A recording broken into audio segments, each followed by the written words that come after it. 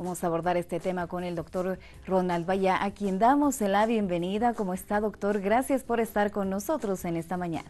Bueno, ¿qué tal? Gracias a ustedes más bien por la invitación y listos para responder cualquier tipo de consulta que podamos tener. Decíamos que es sencillo el tema, pero en realidad las consecuencias son bastante grandes si es que no nos cuidamos, doctor. ¿Qué son las caries para empezar? Bueno, las caries por definición es una enfermedad infectocontagiosa que está caracterizada por el asentamiento de las bacterias en las piezas dentarias, de la cual estas bacterias empiezan a descomponer, o sea, hay un proceso de descomposición de todos los ácidos que suelen pasar por la boca y estos desmineralizan las piezas dentarias. Entonces, estamos hablando de un órgano mineral, que es el diente, y si hay están las bacterias que se asientan y degradan estas sustancias que pasan por ahí y empiezan a destruir poco a poco las piezas dentarias. Al destruir las piezas dentarias, obviamente, empieza a haber destrucción de la misma pieza dentaria y obviamente pérdida de estructura dentaria. Eso es por definición una caries dental. ¿Qué las produce? Como te decía, ahí está, nosotros tenemos a nuestro enemigo número 1, que es el Streptococcus mutans, que es la bacteria que es la principal originaria de las caries, bueno, en adultos, ¿no? En niños tenemos que es la principal, que son los lactobacilos, y que estas bacterias, al degradar, al asentarse sobre los dientecitos, destruyen las piezas dentarias y obviamente producen molestias en los pacientes. Como decía, puede ser en niños, puede ser en adultos. En niños, obviamente, el proceso es mucho más rápido, por eso nosotros tenemos el concepto de manejar una caries aguda y una caries crónica. Una caries aguda es cuando las piezas dentarias empiezan, o sea, cuando son niños, vemos de una semana a la otra que puede progresar una caries, mientras que en adulto es un proceso mucho más crónico que puede tardar inclusive años. Entonces, ahí está el cuidado que tenemos que tener, por eso nosotros siempre decimos, las caries es uno de los primeros síntomas que nosotros vemos cuando van a los controles los pacientes y cuando los podemos ver. Por eso les decimos a todos los pacientes que por lo menos tienen que acudir a la consulta dental 2 veces al año. ¿Qué genera estas bacterias? Producen un ácido, o sea, esa descomposición, imagínense, todos los alimentos que nosotros consumimos tienen un pH. El pH puede ser o ácido o puede ser alcalino o puede ser neutro. Entonces, el pH alcalino obviamente es el que menos produce esta asentación de estas bacterias, mientras que los pHs alcalinos son los que promueven la mayor fijación de estas piezas dentarias. ¿Qué tipo de alimentos son ácidos? ¿No? Todos los alimentos que son más procesados. Por ejemplo, no es lo mismo que comamos un montón de verduras que no son procesadas, que son totalmente naturales, versus que comamos un montón de papas fritas que sí son procesadas, que son fritas al aceite y obviamente son totalmente ácidas. Nosotros decimos, lo más ácido siempre es lo más cariogénico, lo más alcalino, que es lo menos destructivo, obviamente tiene que ser siempre lo más natural. ¿Cómo podemos cuidarnos de esos ácidos, doctor? ¿Cómo podemos prevenir la caries? La caries, como decía, estas bacterias al asentarse en las piezas dentarias forman una pequeña película. Esta película, que nosotros, si te das cuenta, después de 20 minutos de haber ingerido alimentos, podemos sentir una pequeña placa, una pequeña película que se forma sobre las piezas dentarias. Esta pequeña película, como les decía, se forma a partir de los 20 minutos. Entonces, no es que les diga, no puedes comer este tipo de alimentos, o ningún tipo de alimentos, ¿no? Lo ideal sería que después de consumir cualquier tipo de alimentos, podamos lavarnos las piezas dentarias hasta 20 minutos después de haber consumido cualquier alimento. El primer control que nosotros tenemos, ¿no? Obviamente, debemos lavarnos los dientes. Segundo control, tenemos que acudir al dentista por lo menos 2 veces al año para que el profesional odontólogo pueda determinar si existe o no este asentamiento de bacterias y cuáles son los lugares más propensos al asentamiento de placa bacteriana. ¿A partir de qué edad se van generando la caries, doctor? Porque también conocemos algunos casos de niños que tienen 2 años, 2 años y medio, y gran parte de sus piezas dentales ya tienen caries. No hay una edad promedio, generalmente empiezan la erupción de las piezas dentarias y como les decía, la caries es una enfermedad infectocontagiosa, o sea, es una bacteria que la transmitimos. La madre al momento de darle un beso a su hijo le está pasando las bacterias. Eso no implica que no tengamos, que, o sea, no podamos besar a nuestros hijos, pero obviamente que estamos predispuestos a tener este tipo de enfermedad desde que nacemos, o sea, desde que tenemos piezas dentarias, claro que sí. Hay muchos niños que tienen un año y ya presentan múltiples caries justamente por esta razón, ¿no? Que es que en niños la caries es aguda, es un proceso rápido, avanza en semanas, entonces es altamente destructiva. Y obviamente ahí está la preocupación de las mamás, porque dicen, no, yo le estoy alimentando, o solamente le utilizamos el chupón, no comen nada azucarado, probablemente, pero obviamente la caries es una enfermedad multifactorial, o sea, no solamente incide un factor, también puede existir el factor genético, puede existir el factor ambiental, puede existir el factor predisponente de falta de medios, obviamente, o sea, muchos factores que pueden incidir en la caries. Desde que tenemos las piezas dentarias hasta que perdemos la última pieza dental, todos somos propensos a poder tener ese tipo de enfermedad. Muchísimas gracias, doctor. En casa, recuerden que estamos hablando acerca de caries, además de higiene dental. Ustedes tienen alguna consulta que realizar, háganlo con toda confianza. Está habilitada la línea del canal, el 214-8401. Y recuerden que también pueden escribirnos al 656-39-678. Un tema importante porque estoy segura de que muchos de nosotros hemos llegado a padecer este tipo de enfermedades o de problemas de salud y por supuesto es importante prevenirlos y curarlos a tiempo. Las consecuencias, doctor, cuando no tratamos las caries a tiempo. Bueno, obviamente la primera alteración que nosotros llegamos a ver es la destrucción inicial de la pieza dentaria, que conlleva obviamente a una sensibilidad. El primer síntoma que generalmente lleva a los pacientes a la consulta es molestias cuando uno toma líquidos fríos o líquidos calientes. En el peor de los casos, cuando comemos alimentos muy azucarados, entonces el paciente reporta algún tipo de molestia. Entonces, ese es el primer síntoma que nos tiene que llamar la atención para ver la opción de poder hacer algún tipo de restauración, una obturación en la pieza dentaria y solucionar el problema.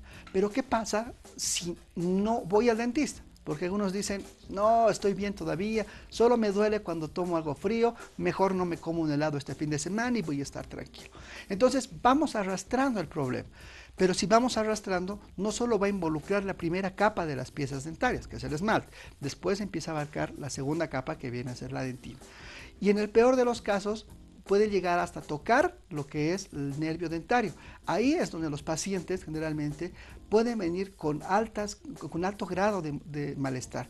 Entonces vienen los pacientes, me está doliendo fuerte, no puedo dormir, me duele más en la noche, siento palpitaciones, entonces ahí ya hay un grado de destrucción tan grande que ha llegado a tocar lo que es el nervio dentario. En ese caso, lo que nosotros pretendemos hacer, obviamente se amplía el tratamiento al paciente y podemos hacer un tratamiento de conductos. Pero ¿qué pasa si el paciente dice, no me importa? Nos quedamos en este lugar, doctor, porque tenemos una consulta. Patricia está en línea aguardándonos. Adelante con su pregunta. Buenos días, Karen. Buen día. Una consulta, por favor. Doctor, yo tengo las piezas de, ¿cómo se dice?, de los conejitos, más atrás, después de la segunda pieza, no sé cuáles son, pero es cerca al canino, de la parte baja del lado izquierdo. Se me ha hecho caries y he hecho el tratamiento con tornillo para que me puedan hacer las tapitas, no sé cómo se llaman, a 2 dientes. Pero ahora se me salió de uno, la pieza está suelta y del otro lado se ha quedado el tornillo. Entonces no sé cómo tendría que hacer. No tengo dolor porque parece que me sacó el nervio, no tengo dolor. 1, 2, tengo coronas en la parte de adelante de los conejos, tanto de arriba como de abajo, que no tienen, ¿cómo se llama? No tengo dolor, no ha pigmentado tampoco de ningún color mis dientes, pero ya se ha hecho el desgaste de la corona de la parte delantera, donde choca entre diente y diente. Entonces yo ya siento un poquito de frío en la parte superior, no sé si ya debo tener yo caries, aunque me hago la higiene normal las tres veces al día y a veces más todavía después de cada comida, pero ahora estando embarazada no sé si es recomendable tomar algún tipo de medicación o si tengo que tomar algún tratamiento. ¿Hay un riesgo? Por favor, gracias. Gracias, Patricia. Ya, varios problemas, ¿no? El primero, que involucra, que la paciente dice que se desalojó una de las funditas que ella tiene de su incisivo lateral. Entonces, obviamente hay que controlar. Yo pediría un control radiográfico, pero obviamente con los recaudos necesarios por el estado en el que ella se encuentra, ¿no?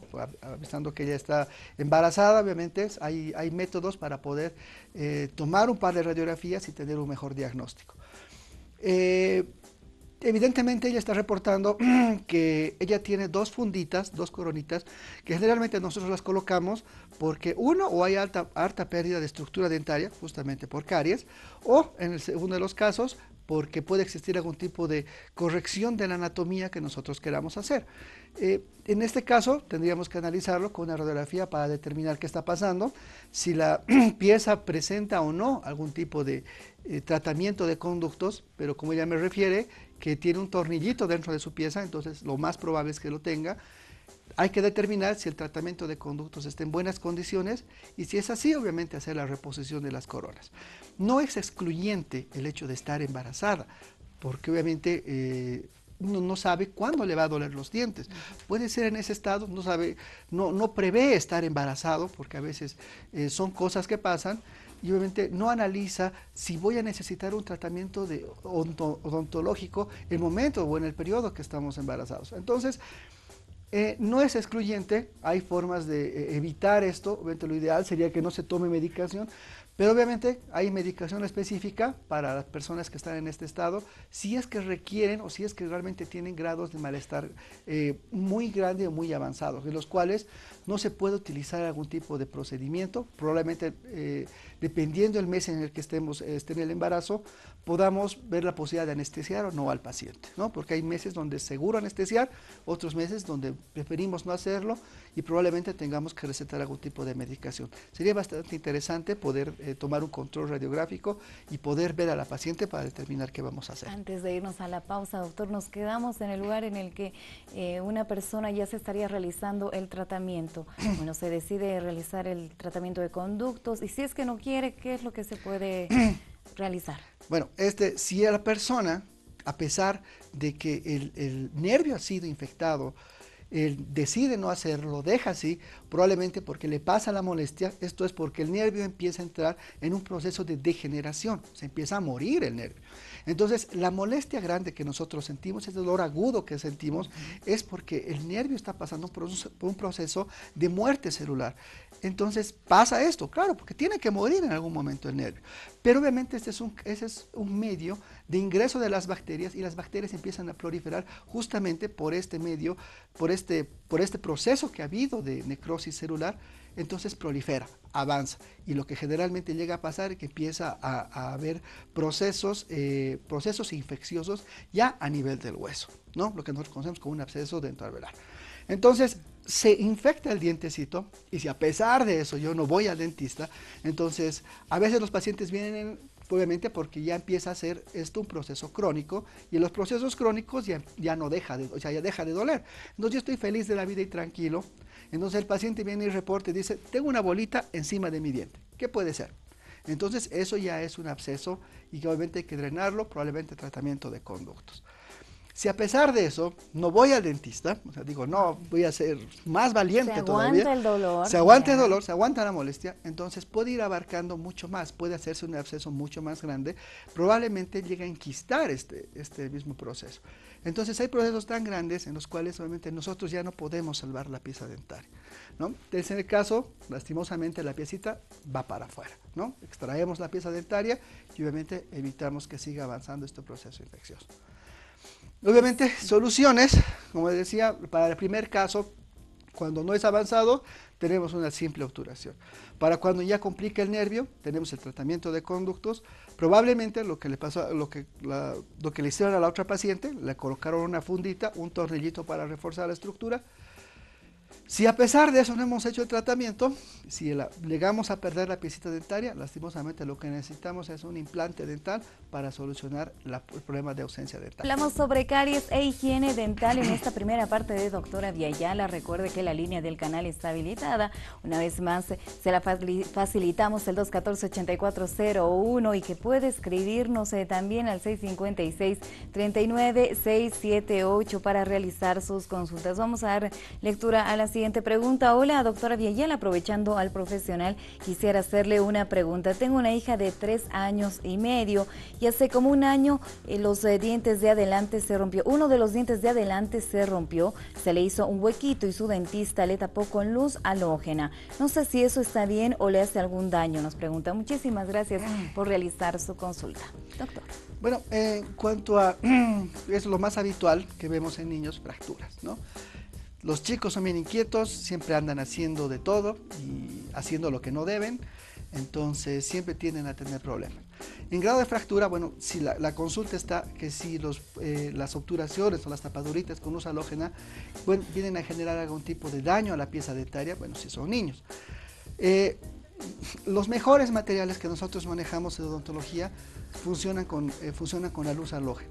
Esto es porque nosotros nos da mucho tiempo, o sea, nos da a los dentistas tiempo para poder trabajar, para poder manipular los materiales con toda la calma posible, y el momento que nosotros decidamos que ya está lista nuestras restauraciones, obturaciones, tapaduras, bases o lo que sea que coloquemos, entonces utilizamos la lámpara de luz halógena y la podemos polimerizar y obviamente endura la restauración y obviamente queda bastante bien. Habría que ver en este tipo de fracturas, tipo de problemas o de accidentes que ocurren, si no hay compromiso a nivel de lo que es el nervio de la pieza dentaria. Si no existe ningún tipo de compromiso, obviamente la restauración con una obturación con luz halógena es bastante buena, es aceptable. Y bueno, si existiera algún tipo de compromiso, obviamente si vemos que en el momento del golpe, de la fractura que hay en la pieza dentaria hay una exposición del nervio, que es pues, lo que vemos es que hay poco de sangre y obviamente hay bastante dolor, en ese caso obviamente está obligado a que tenemos que hacer un tratamiento de conductos a la pieza, ya sea de leche o permanente, ¿no? Es indiferente, igual tenemos que hacer el tratamiento de conductos. Bien, aprovechamos entonces ya para ingresar a lo que es la limpieza de nuestros dientes a través de esta consulta. Buen día, mi pregunta es acerca de los dientecitos de los bebés. Pues mi nena ya le salió, a mi nena ya le salió sus primeros dientes, de abajo ya tiene 8 meses. ¿Cómo debo hacer su limpieza? Nos preguntan. Muchísimas gracias por escribirnos. ¿Cómo debemos iniciar con la limpieza de los dientecitos de los pequeños, doctor? Ya, bueno, en las piecitas, los dientes de leche, bueno, en niños bastante pequeños, la recomendación número 1 está dada en que si los niños no saben escupir, no podemos usar pastas dentales, ¿no? Inclusive hay pastas dentales que parecen bastante amigables, pero si el paciente no puede escupir, no podemos usar pastas dentales.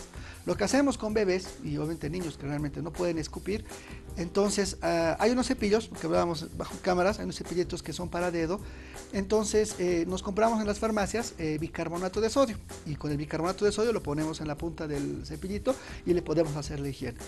La gran ventaja del bicarbonato de sodio, como hace rato hablamos, es una solución que es totalmente alcalina. Entonces, obviamente, evita el asentamiento de la placa bacteriana y obviamente evita que exista este medio ácido dentro de la boca y obviamente mantenemos higiene, bueno, para los bebés y los niños, ¿no? Ahora, como les decía, como no podemos utilizar pastas dentales en niños muy chiquitos, entonces lo que nosotros más que todo queremos hacer utilizando este tipo de cepillos es generar un hábito, o sea, que el niño esté acostumbrado, o sea, que todos los días va a recibir este cepillado, que obviamente después se va a transformar en que la mamá va a poder, cuando ya aprende a escupir, le podemos poner pasta dental, le podemos cepillar a los chicos y hacerles escupir. Entonces, el niño ya sabe que tiene que lavarse todos los días, que va a recibir el cepillo todos los días, puede ser 2 o 3 veces al día, para que esté, o sea, ya no sea una sorpresa cuando cumpla 5 o 6 años, obligarlo y tener que acostumbrar a tener este hábito. Tenemos este hábito desde que somos bebés, entonces pues lo tenemos hasta que somos viejos y no tenemos problemas en el futuro. El movimiento del cepillo dental, doctor, ¿cómo debería de ser o de realizarse? ¿Esto varía cuando somos niños, jóvenes, adultos? 100%, porque obviamente esto está en base a las limitaciones motrices que los pacientes tienen. Entonces, no es lo mismo hablar de un niño que tiene 5 años, que se va a ir a cepillar solo sus dientes, versus un chico de 16, 17 años, que obviamente por ir a ver a la chica se tiene que lavar, o sea, con bastante meticulosidad los dientecitos. Mientras que un chiquito, solo porque la mamá antes de que le riña, porque tenga que ir a jugar, entonces se lava como sea y lo deja ahí como sea el cepillo. Para empezar, los niños más chiquitos, no tienen la función de poder lavarse de manera transversal. Entonces, generalmente lo que hacen los chicos más pequeños, solamente hacen el movimiento de rotación. Entonces, ese es el tipo de cepillado que es recomendable para los niños. Obviamente, cuando son más grandecitos y empiezan a adquirir mejores capacidades motrices, entonces ya podemos enseñarles otro tipo de cepillado, podemos agarrar, decirles que realmente no solamente tenemos que lavar las piezas dentarias, también tenemos que lavar a nivel lo que son las encías. Cuando son un poquito más grandes, acostumbrados a que también tenemos que lavar lo que es la lengua, ¿no? Para evitar que en la misma lengua, como se acumula esta misma saburra lingual, entonces podamos lavarla, ¿no? Bien, tenemos otra consulta. Patricia está con nosotros desde Sopocachi. Adelante con su pregunta. Buen día. Buen día. ¿Cómo están? Buen día. Primero felicitarles por el programa porque siempre nos dan consejos. No quisiera hacer una consulta al doctor. Sí, tengo un hijito de 4 años. Él aún sigue tomando biberón y he notado que tiene algunas caries, algunos dientecitos negros, especialmente los dientecitos del fondo. Pero mi niño no consume, no le damos dulces, golosinas, entonces no sé si es por el biberón que le está dando las caries. Por favor, el doctor me podrá ayudar y qué es lo que puedo hacer. Gracias. Gracias Patricia por su participación. Doctor. Uno de nuestros mayores enemigos, como dentistas, ¿no?, es el biberón. A veces dicen, yo no le doy dulces, yo no le doy alimentos que realmente sean muy procesados, pero ¿qué hacemos? Agarramos y le damos el biberón, o en el peor de los casos el chupón, y ahí entonces se genera un medio de contaminación continua, porque sería falso que la señora que ha llamado diga, yo le doy a mi hijo leche sin azúcar. Lastimosamente, la leche, para que inclusive sepa más riquito y sepa más gustosa para los niños, contiene azúcar. Y el azúcar es totalmente ácido, totalmente, ¿no? Entonces, a veces los dejamos a los chicos con el biberón para que duerman justamente, y a veces nosotros también por nuestras tareas les dejamos y después de media hora vemos que se han dormido, recién les retiramos el biberón que está utilizando. Entonces, ¿qué ha pasado durante esa media hora? Entonces, la leche que se ha quedado ahí, se ha quedado rondando con el azúcar que ha generado, que tiene la leche, y obviamente se ha quedado asentando sobre todas las piezas dentales. ¿Y qué ha pasado? Entonces le retiro, lo guardo el biberón, pero lo que decíamos hace rato acerca del asentamiento de la placa bacteriana de 20 minutos, sigue ahí y siguen destruyendo las piezas dentales. Bastante común, y nosotros hay una razón porque nosotros denominamos estas caries agudas, estas caries de bebés, caries de biberón, porque obviamente son producidas en un 80% por esta razón. Entonces la recomendación siempre está en que hay varios métodos para evitar el uso de estos chupones. Podemos usar piquitos, acostumbrar a los niños, porque los niños son netamente de hábitos. Entonces, que deje de utilizar el biberón para poder dormir, ¿no? Esa es la clave del éxito. Y obviamente, y después proceder a la higiene, que eso es lo que no hacemos. Como les dejamos durmiendo, se queda durmiendo 1 o 2 horas, entonces ahí está la destrucción, producto del azúcar de la leche que le hemos dado. Evitar tal vez despertarlos, ¿no? Para sería demasiado cruel decirles, o sea, después de que nos ha costado tanto hacerlos dormir, quitarles, vamos a lavarlos, no, imposible. Entonces, hay que ser realistas, ¿no? O sea, lo ideal sería habituarlos a no utilizar el chupón. Hay piquitos, hay cositas, hay vasitos. O sea, los niños pueden tomar un vasito de leche antes de dormir, claro. Entonces eso es más aceptable, ¿no? Es menos destructivo que el uso del chupón. El tiempo de duración del cepillado de nuestros dientes, doctor, es una pregunta constante. ¿Cuánto me debo lavar los dientes? Pero nosotros debemos que preguntarnos es cuánto realmente yo me lavo. Puede ser que agarro y tengo que ir al programa, entonces agarro, viene por aquí, pasó y me voy y lo dejo ahí y corro porque ya me veo bien. Lo ideal, nosotros decimos que debería haber un cepillado, debería ser 5 minutos. ¿Alguna vez se han puesto a pensar cuánto es 5 minutos de cepillado? Imagínense Wow. todo de eso, más que todo el corte comercial, ¿no? De tener que lavarlos. Entonces, lo ideal, nosotros decimos, si es un buen cepillado, si, o sea, que tiene que abarcar todas las caras de las piezas dentarias, incluyendo el lavado de las encías, la lengua y todo, generalmente lo podemos hacer de 2 a 3 minutos, que eso es suficiente, ¿no? Pero pensemos cuánto es 2 a 3 minutos. Entonces, no hagamos el cepillado de 20, 30 segundos, que para que no tenga mal aliento me salgo y me voy y se acabó el partido, ¿no? Entonces, tengamos conciencia. A los niños les damos unos pequeños relojitos, generalmente solamente de 1 minuto nada más, ¿no? Que obviamente eso es para habituarlos al cepillado. Pero para tener un buen cepillado, puede ser, o sea, lo mínimo debería ser de 2 a 3 minutos. El uso del enjuague bucal, ¿es recomendable? Yo digo que cualquier método adicional para poder promover la higiene oral siempre es bien recibido. Los enjuagues son bastante buenos, generalmente yo los recomiendo para pacientes que son portadores de prótesis o en peor de los casos, bueno, el mejor de los casos, son pacientes que tienen tratamientos de ortodoncias porque el enjuague bucal es un antiséptico, o sea, elimina bacterias y lo hace de manera líquida. Entonces, a veces el cepillo, hay ciertos lugares que realmente no pueden entrar, justamente por problemas, puede ser de malposición dentaria, puede ser por desplazamiento de las piezas dentarias o por la misma localización de las piezas dentarias. Imagínense, no es lo mismo lavar su conejito de adelante que lavar la última molita, el tercer molar de atrás hasta arriba, hasta el fondo. Entonces, si el cepillo no llega hasta allá atrás, entonces probablemente el enjuague bucal sí llegue. Pero obviamente el enjuague bucal sirve como ayuda a lo que viene a ser el cepillado dental.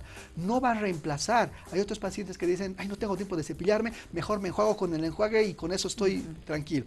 Eso es una falacia total, porque obviamente es buen ayudador, pero que trabaje solo no es así.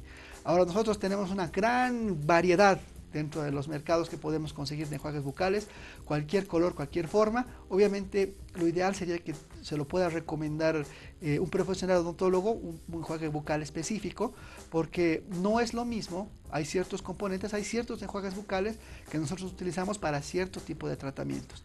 Entonces no está de más que podamos ir cuando vayamos a hacer nuestro control periódico a algún profesional odontólogo, preguntarle acerca del enjuague bucal, preguntarle, decirle, ¿este enjuague bucal es bueno para mí? Entonces el profesional le va a decir que sí, obviamente la duración, la frecuencia y todo el tipo de uso que se puede tener con relación a los enjuagues bucales.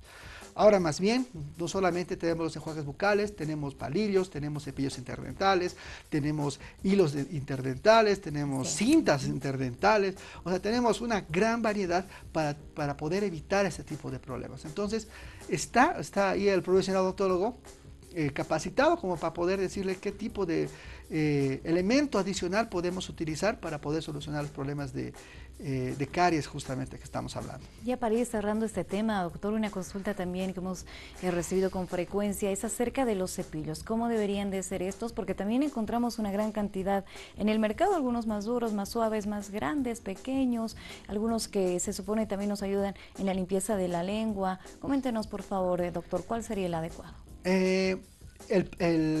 Como hay una gran variedad, una gran gama de cepillos dentales, entonces cada cepillo está diseñado para un caso específico para cada paciente.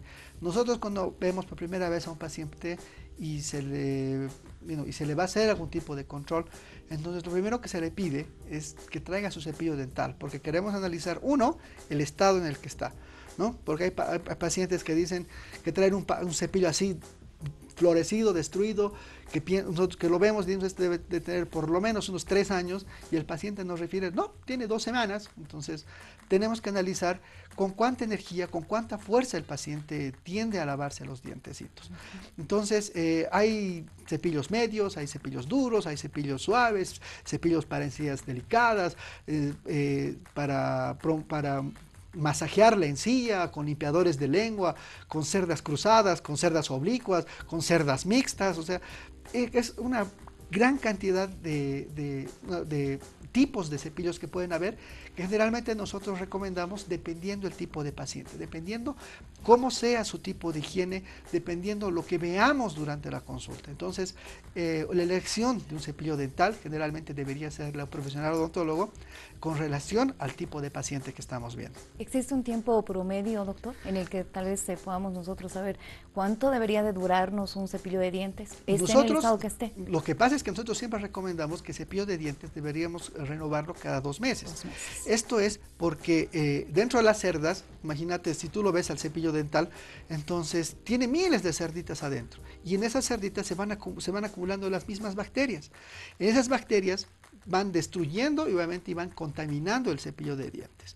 Entonces, lo ideal sería que podamos renovarla cada 2 o 3 meses el cepillo de dientes para evitar que haya mucho asentamiento de estas bacterias y mucha destrucción, o pueda promover la destrucción de nuestras piezas dentarias en vez de lavar nuestras piezas dentarias. Muchísimas gracias, doctor, por acompañarnos. Algunas últimas recomendaciones para las mamás y papás en casa, quienes seguramente están preocupados por este tema, más que todo con relación a nuestros niños.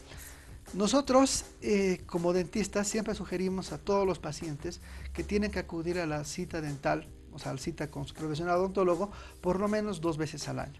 El profesional odontólogo puede determinar si existe o no caries, puede darnos el tipo de cepillo que nosotros deberíamos utilizar, nos puede ayudar con algún tipo de higiene adicional. Entonces, fundamental que podamos acudir a la cita con el dentista 2 veces al año para hacer un control y saber que todo está funcionando bien. Y obviamente la medida número 1 que nosotros tenemos para evitar tener caries o peor aún ir al dentista o un procedimiento dental es el cepillado. Tenemos que lavarnos los dientes todos los días por lo menos 3 veces al día para evitar que tengamos problemas dentales. Y no un cepillado de 20 segundos, ¿no? Un cepillado a conciencia, más o menos de 2 a 3 minutos. Muchísimas gracias, doctor. Lo esperamos en una próxima edición. Listo, gracias a ustedes. Cualquier cosa